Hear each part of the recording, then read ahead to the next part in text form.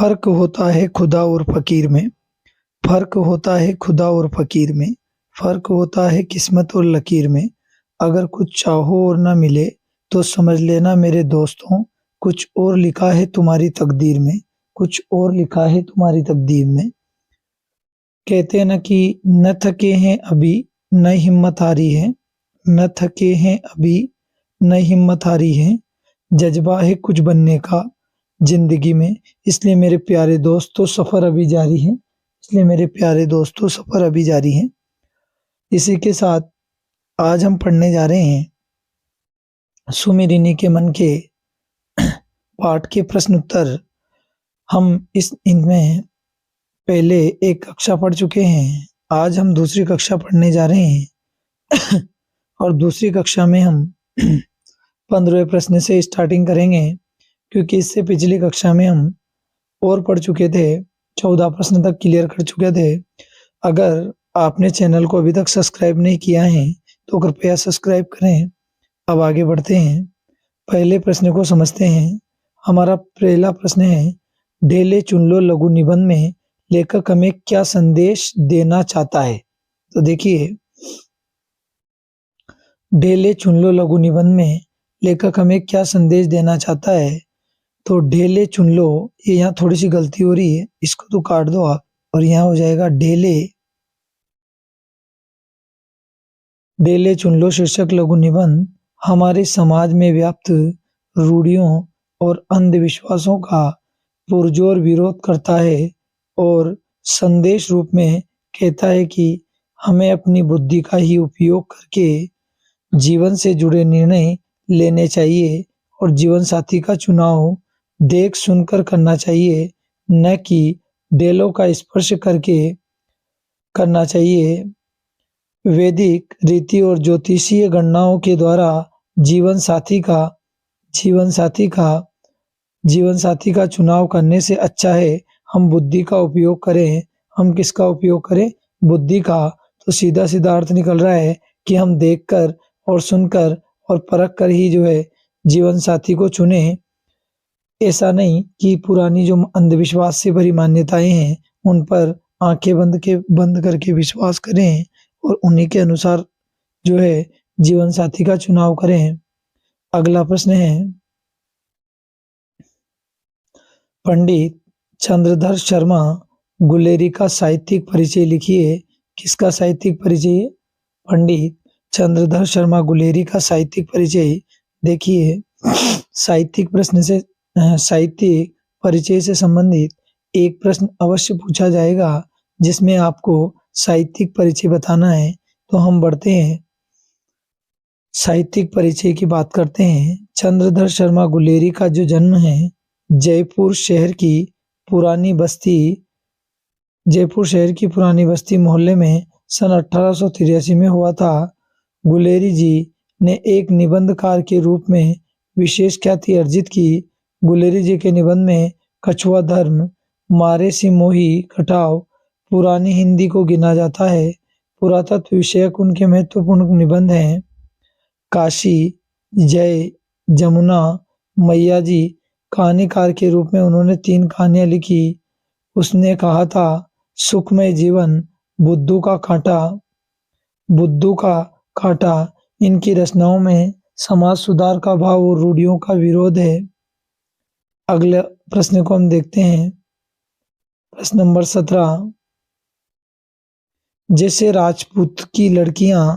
देखिए, अगर आप बात करें कि परिचय की यदि बात करें तो जो परिचय है मैंने इसके ऊपर एक वीडियो बना के डाल दिया है। आप चाहें तो इसे पढ़ें, आप नहीं चाहें तो इसे पढ़ने की भी आपको कोई आवश्यकता नहीं है। मैंने शानदार वीडियो अपलोड कर दिया है, आप उसे जो है देख सकते हैं। अब हम आगे बढ़ते हैं, प्रश्न नंबर 17, जैसे राजपूतों की लड़कियां पिछले समय में रूप देखकर और यश सुनकर स्वयंवर करती थी, वैदिक काल में हिंदू ढेले छुआकर स्वयं पत्नी का वरण करते थे। आप कह सकते हैं कि जन्म भर के जीवन साथी का चुनाव मिट्टी के ढेलों पर कैसे हो सकता है? छोड़ना कैसी बुद्धिमानी है? अपनी आंखों से जगह देखकर अपने हाथ से चुने हुए मट्टी के डगलों पर भरोसा करना क्यों बुरा है? और लाखों करोड़ों कोस दूर बैठे बड़े-बड़े मट्टी और आग के ढेलों, मंगल और शनैचर और बृहस्पति कल्पित चाल के कल्पित हिसाब का भरोसा करना क्यों अच्छा है?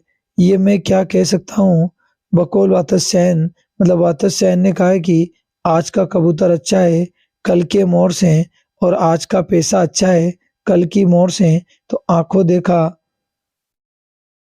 देखा अच्छा ही होना चाहिए, लाखों कोस की तेज पिंड से।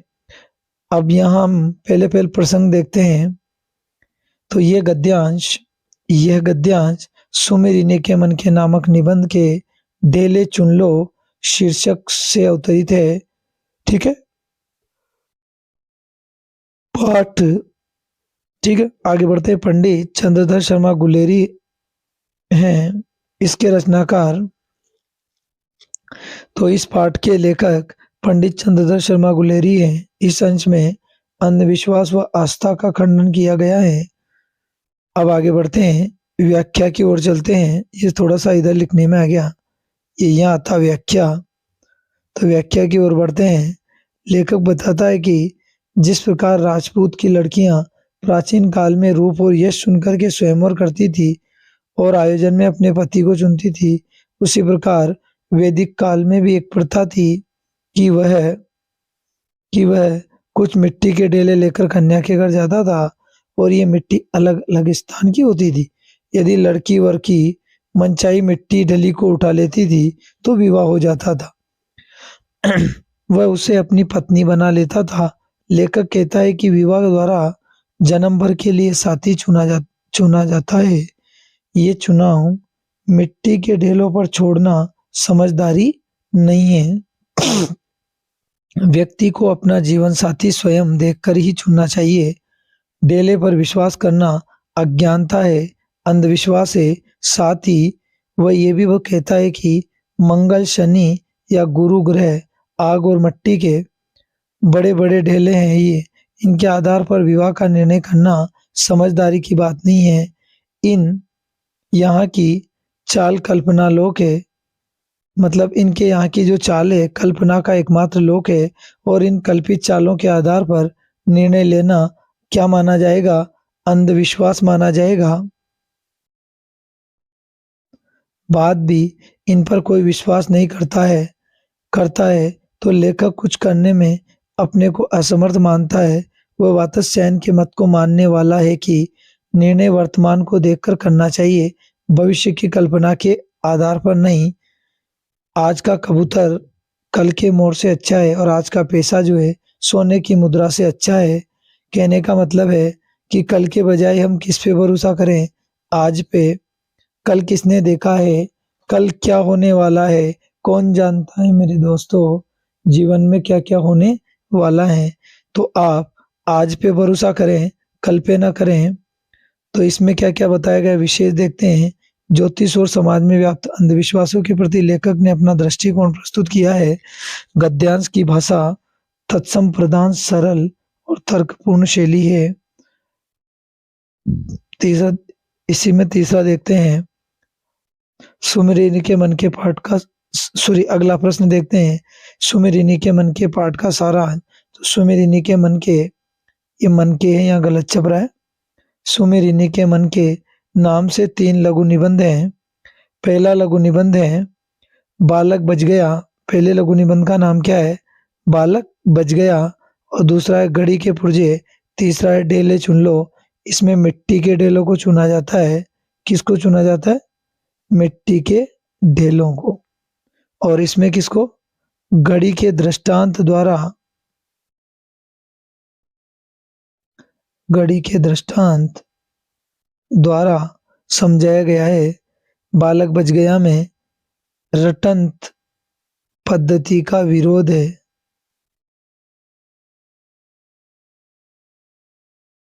रटंत पद्धति का विरोध है। आगे बढ़ते हैं। यदि हम निबंधों का सारांश देखें तो बालक बच गया इस निबंध का मूल प्रतिपाद्य है। शिक्षा ग्रहण की सही उम्र। हमें व्यक्ति के मानस के विकास के लिए शिक्षा को प्रस्तुत करना चाहिए। शिक्षा के लिए मनुष्य को नहीं, हमारा लक्ष्य है मनुष्य और मनुष्यता को बचाए रखना।